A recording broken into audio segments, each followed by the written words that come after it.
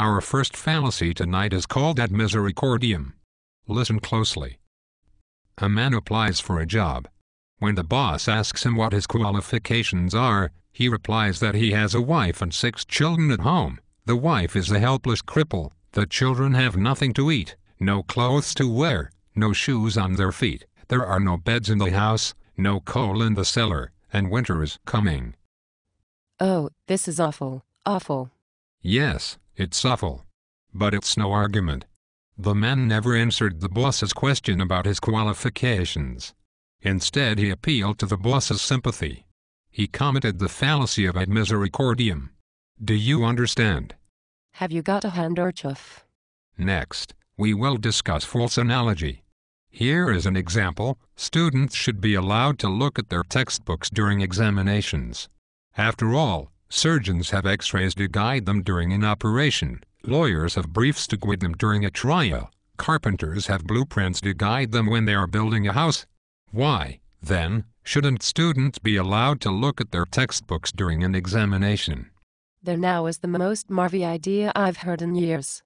Polly, the argument is all wrong. Doctors, lawyers, and carpenters are not taking a test to see how much they have learned, but students are.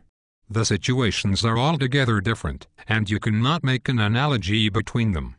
I still think it's a good idea. Nuts. Next we will try a hypothesis contrary to fact. Sounds yummy. Listen, if Madame Curie had not happened to leave photographic plate in a drawer with a chunk of pitch bleed, the world today would not know about radium. True, true. Did you see the movie? Oh, it just knocked me out. That Walter Pigeon is so dreamy. I mean, he fractures me. If you can forget Mr. Pigeon for a moment, I would like to point out that statement is a fallacy. Maybe Madame Curie would have discovered radium at some later date. Maybe somebody else would have discovered it. Maybe any number of things would have happened. You cannot start with a hypothesis that is not true and then draw any supportable conclusions from it. They ought to put Walter Pigeon in more pictures. I hardly ever see him anymore. The next fallacy is called poisoning the well. How cute. 2 men are having a debate. The first one gets up and says, "My opponent is a notorious liar." You can't believe a word that he is going to say. Now, Polly, think hard. What is wrong? It's not fair. It is not a bit fair.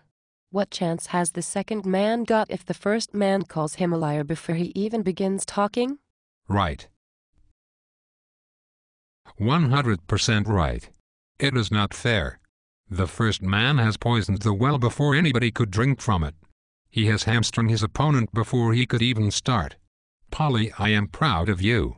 Shaw. You see, my dear, these things aren't so hard. All you have to do is concentrate. Think, examine, evaluate. See. Now, let's review everything we have learned. Fire away.